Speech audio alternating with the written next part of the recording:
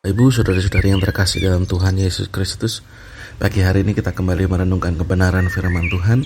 Firman Tuhan hari ini sudah sampai pada 1 Raja-Raja 12 ayat yang ke-8.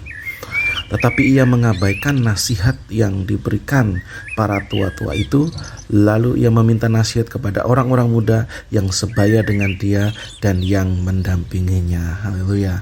Jadi pada 1 Raja-Raja 12 ini, ketika Salomo sudah mati, maka Rehabeam ini diangkat menjadi raja atas Israel. Tetapi ketika dia berada di Sikem, ketika saat itu dia berhadapan dengan rakyat di luar suku Yehuda, maka rakyat di luar suku Yehuda itu meminta supaya raja memberikan keringanan terhadap beban yang selama ini ditaruhkan oleh ayahnya Salomo itu kepada rakyat. Dan apa yang diperbuat oleh Rehabeam ternyata dia meminta pendapat kepada tua-tua yang ada di kerajaan Israel pada waktu itu, yang adalah tua-tua yang mendampingi Salomo pada waktu itu. Tetapi ketika dia mendapatkan atau dia mendengar nasihat dari para tua-tua, dia tidak mau mendengar dan bahkan mengabaikannya. Dia malah mau mendengar apa yang menjadi nasihat dari orang-orang muda, orang-orang yang sebaya dengan dia.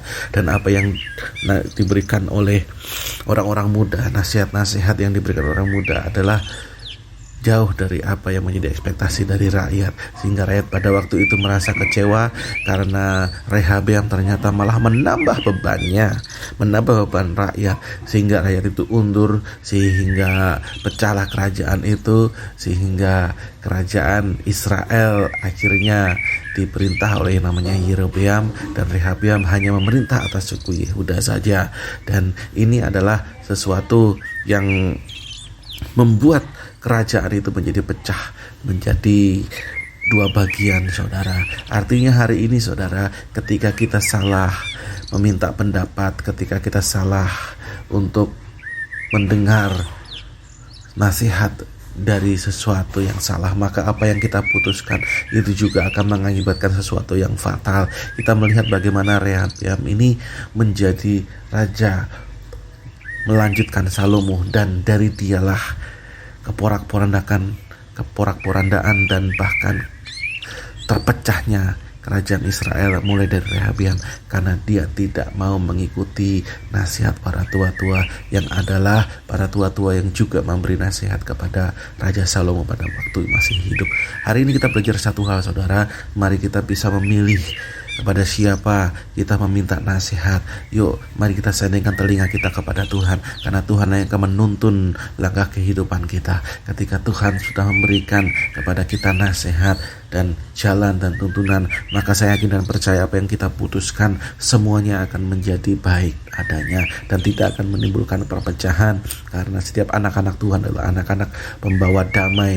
Kita adalah orang-orang yang membawa damai, dan kita bukan orang yang membawa permusuhan. Dan setiap ada kita, harusnya di situ ada kedamaian, bukan ada perpecahan.